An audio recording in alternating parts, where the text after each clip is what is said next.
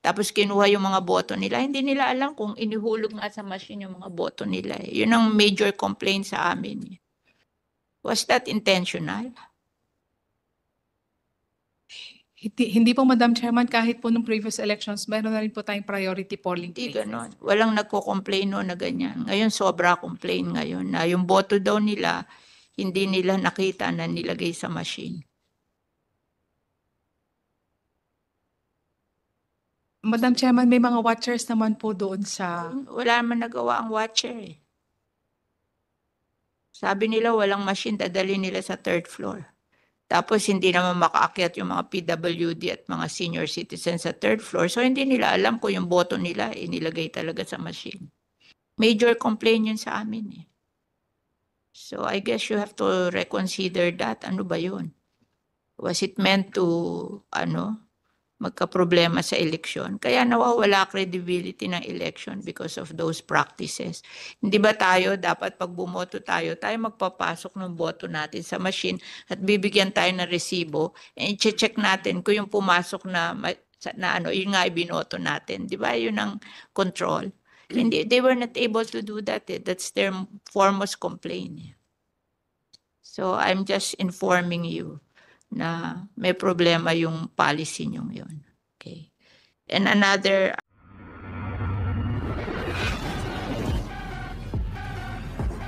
Suspended the proceedings at around 1:33 p.m. for a break. Upon resumption, the committee considered the ad interim appointment of Ms. Tangaro Kasingal as Commissioner of the Commission on Elections.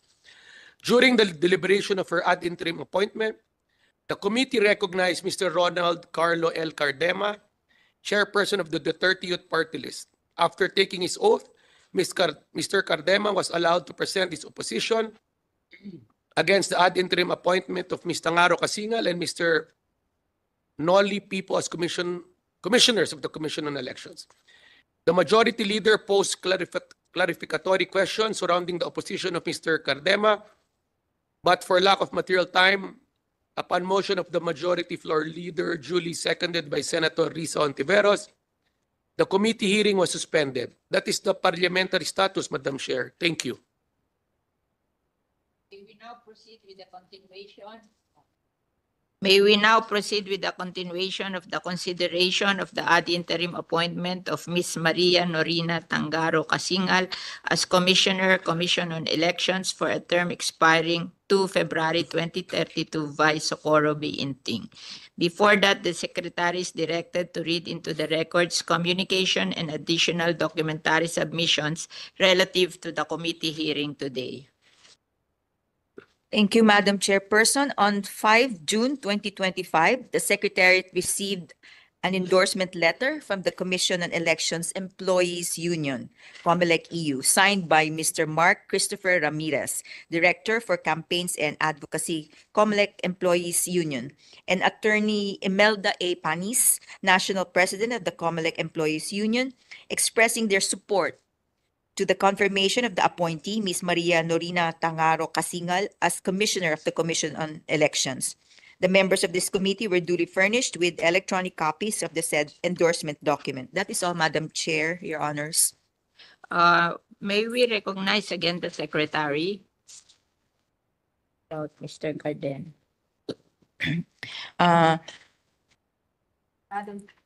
Madam Chairperson, Your Honors, this morning, the Secretariat contacted the oppositor, Mr. Ronald Giancarlo Cardema, and he informed us that he will not be able to attend today's hearing due to a scheduled hearing of his 2 cases filed against him at the Department of Justice. Nevertheless, he requested that his position of opposition be duly noted and made part of the record. Thank you. We thoroughly reviewed the opposition complaint of the Duterte Youth, and I've also read the answer of the nominee. Just to clarify this body, the oppositor is mainly opposing not the fitness and integrity competence of the nominees, but with regards to their action in signing the NBOC resolution not proclaiming Duterte Youth. But for the consumption of everybody here and the public, the basis of the complaint, which was acted on by the NBOC, was the non-compliance of a jurisdictional requirement of the 30 youth for publication. When I asked the oppositor, Ronald Cardema, under oath, if they actually published and was there any hearing, he mentioned under oath that Duterte Youth published.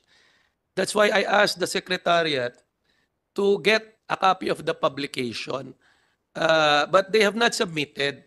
But for the record, I would like to ask the nominee, for record, you're under oath, nag-publish ba talaga, nag-comply ba talaga ang Duterte Youth sa publicational requirement ng party list registration? Madam Chairman, Your Honors, that is part of the issue being raised by the petitioners in the case. No, but my before. question is, that is the issue. Yes, But Your based on Honors. documentary evidence, did they submit to the COMELEC the Based- jurisdictional requirement of publication? Based on the records of the clerk of the commission, Your Honors, the petition itself was not published by Duterte Youth Party List. So they did not publish, they did not fulfill the requirement, and possibly Ronald Cardema committed perjury by saying that they published. That's just my observation. Secondly, there are hundreds of party lists who applied for accreditation, whether they won the seat or not. Ang tanong ko, Duterte Youth lang ba ang hindi nag-publish at lahat nag-publish? Those that were registered, Your Honors, they complied with the publication requirement of their petition. So I just like to state for the record, so Duterte Youth lang ang hindi nag-publish. Duterte Youth lang po ang may petition. No, my question Questioning is, the No. publication of their petition, Your Honor. no, I'm not asking the petition. Duterte Youth lang ba ang hindi nag-fulfill ng jurisdictional requirement of publication among the hundreds of party lists who applied? Those who were accredited, yes, Your Honor. So there was technically a lapse on the COMELEC. Wala pa kayo for not actually pointing out this issue because in the past election, this was not an issue. However, my observation is it does not mean that the past COMELEC did not recognize this lack of jurisdictional requirement, that it will excuse him in the future. My comment is, if a registration is void from the very start, though elected several times, does not cure the defect. And my observation is, the will of the people, as mentioned, over 2 million voted for them, cannot prevail over the rule of law. Meaning the jurisdictional requirement definitely have to be fulfilled regardless whether they were voted upon or not. So, and I think the COMELEC, through the chairman, has committed to resolve this issue on or before June 30. Is that correct? Yes, Madam Chairman, Your Honors. Thank you, Madam Chair. May we now request, okay, I just want to ask to ask your permission that I can ask questions. Alam mo, ang observation lang, yung mga senior citizen at saka mga PWD, pinoboto sa first floor kasi hindi sila makakaakyat sa stairs, di ba?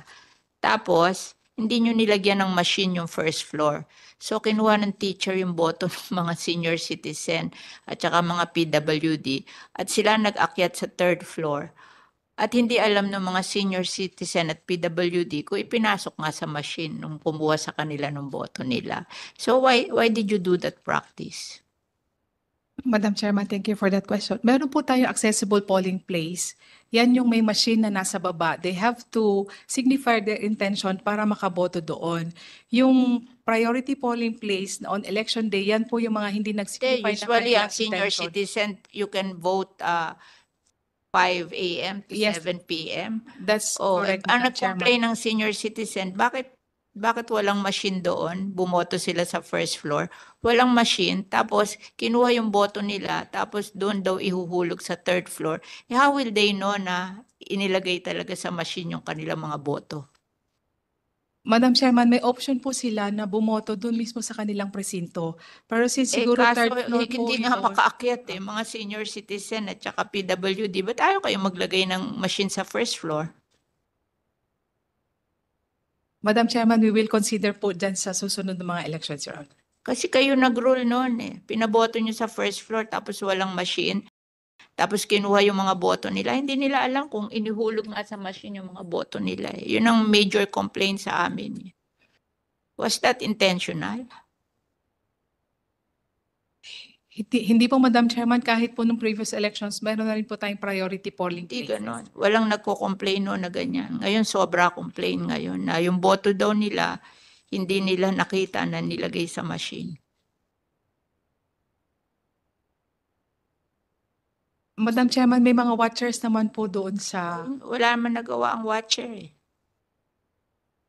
Sabi nila walang machine, dadali nila sa third floor.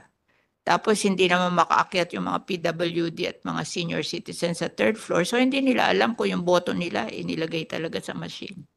Major complaint yun sa amin So I guess you have to reconsider that. Ano ba yun? Was it meant to, magka-problema sa eleksyon? Kaya nawawala credibility ng election because of those practices. Hindi ba tayo, dapat pag bumoto tayo magpapasok ng boto natin sa machine at bibigyan tayo ng resibo and i-check natin kung yung pumasok na yun nga ibinoto natin. Di ba? Yun ang control. Hindi, they were not able to do that. That's their foremost complaint. So I'm just informing you na may problema yung policy nyo yun. Okay. And another a question is, ano ang mode ng barangay election? Madam Chairman, still manual elections. Manual. So we will be guided accordingly, di ba? Kasi hindi namin alam kung ano ang mode ng barangay election. Okay. So next member who will ask question is Congressman Lacson. Thank you, Madam Chair, and good afternoon to everyone. I just like to follow up yung question kanina ni Representative Lani Mercado regarding sa overvotes. Minention nyo kanina yung overvotes ng senators. How about yung overvotes naman ng party list? Madam Chairman, ang overvotes lang natin ngayon is with respect to senators. Hindi po kami nagkumuha ng data with respect to party list votes.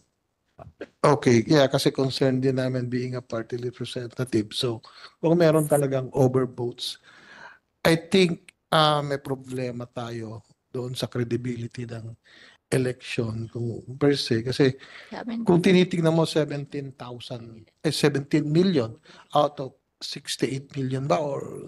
So malaking percentage. More than 20% kung titignan mo.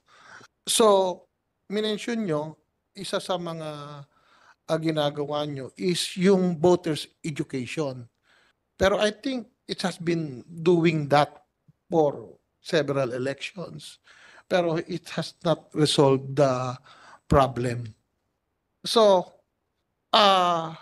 by law, yung Omnibus Election Code natin, I think 1980s pa to, it says the fully automated election ang gusto natin. So, pero ngayon, ang pinag-uusapan natin, puro counting machines lang to actually. Yun ang impression ko. Medyo na-improve dun sa manual counting, pati sa manual magic. So, kailan natin may expect yung sinasabi nating fully automated election?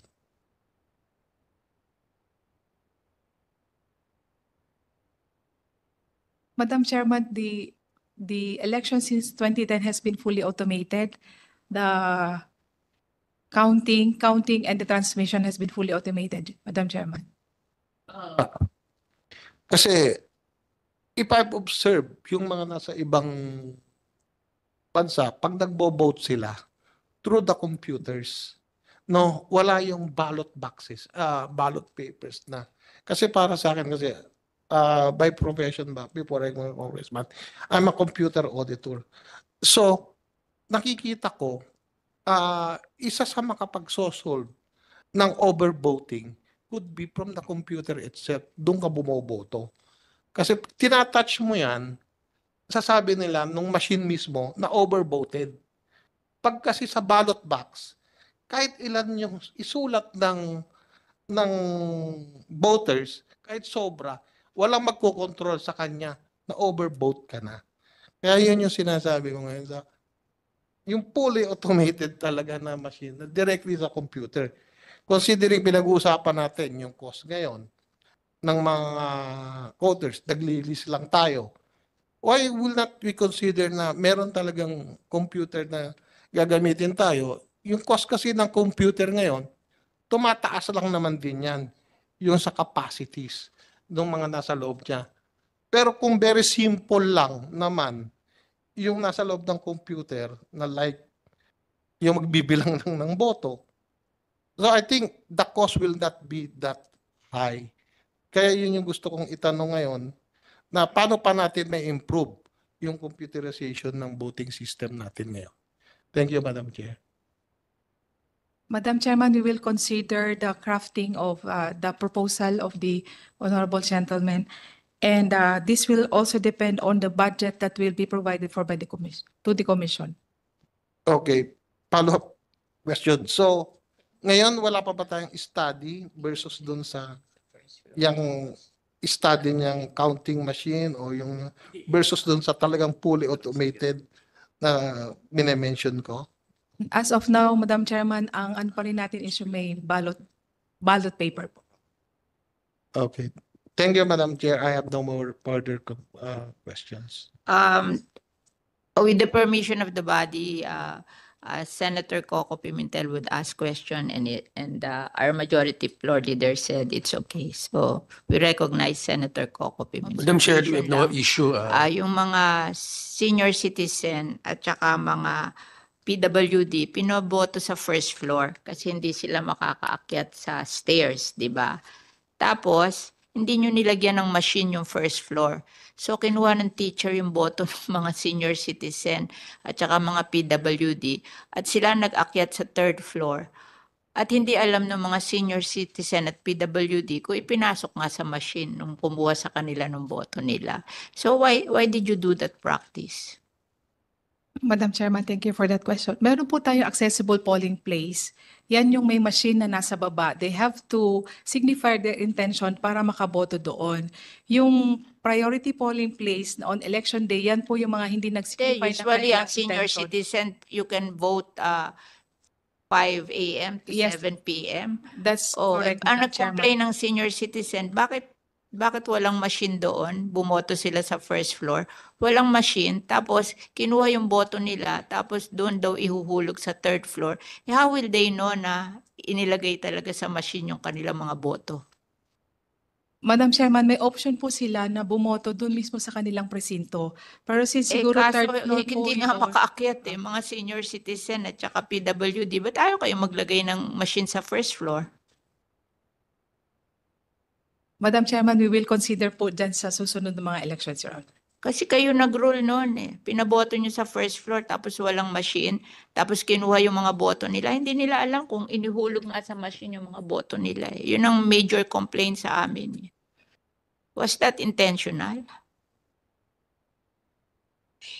Hindi po, Madam Chairman, kahit po nung previous elections, meron na rin po tayong priority polling Hindi places. ganon. Walang nagko-complain noon na ganyan. Ngayon sobra complain ngayon na yung boto daw nila, hindi nila nakita na nilagay sa machine. Madam Chairman, may mga watchers naman po doon sa... Wala man nagawa ang watcher Sabi nila walang machine, dadali nila sa third floor. Tapos hindi naman makaakyat yung mga PWD at mga senior citizens sa third floor. So hindi nila alam kung yung boto nila inilagay talaga sa machine. Major complaint yun sa amin So I guess you have to reconsider that. Ano ba yun? Was it meant to, magkaproblema sa eleksyon. Kaya nawawala credibility ng election because of those practices. Hindi ba tayo, dapat pag bumoto tayo, tayo magpapasok ng boto natin sa machine at bibigyan tayo ng resibo and i-check natin kung yung pumasok na yun nga ibinoto natin. Di ba? Yun ang control. Hindi, they were not able to do that. That's their foremost complaint. So I'm just informing you na may problema yung policy nyo yun. Okay. And another a question is, ano ang mode ng barangay election? Madam Chairman, still manual elections. Manual. So we will be guided accordingly, di ba? Kasi hindi namin alam kung ano ang mode ng barangay election. Okay. So next member who will ask question is Congressman Lacson. Thank you, Madam Chair, and good afternoon to everyone.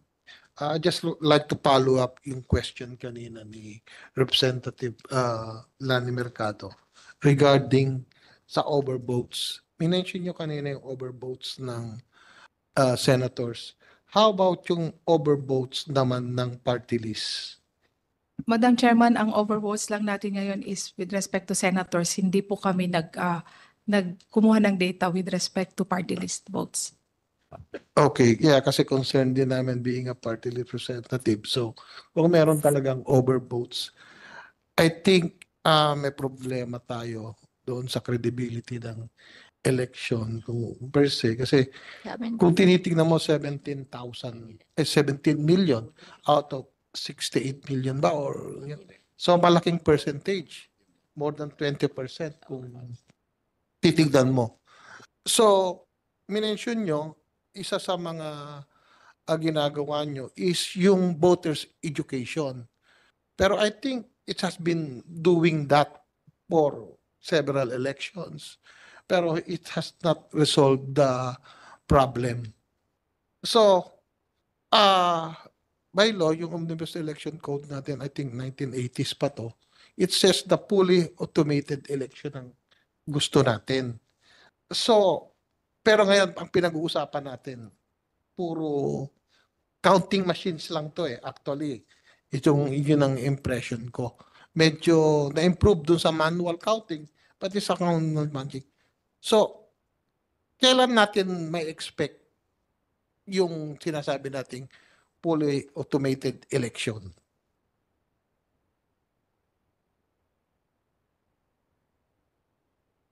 Madam Chairman, the election since 2010 has been fully automated. The counting and the transmission has been fully automated, Madam Chairman. Kasi if I've observed yung mga nasa ibang bansa, pag nagbo-vote sila through the computers, no, wala yung ballot boxes, ballot papers na. Kasi para sa akin kasi by profession ba, before I was a congressman, I'm a computer auditor. So, nakikita ko, isa sa makapag-solve ng overvoting could be from the computer itself. Doon ka bumoboto. Kasi tinatouch mo yan, sasabi nila nung machine mismo na overvoted. Pag kasi sa ballot box, kahit ilan yung isulat ng voters, kahit sobra, walang magkocontrol sa kanya na overvote ka na. Kaya yun yung sinasabi ko ngayon sa yung fully automated talaga na machine na directly sa computer. Considering pinag-uusapan natin yung cost ngayon ng mga voters, naglilist lang tayo.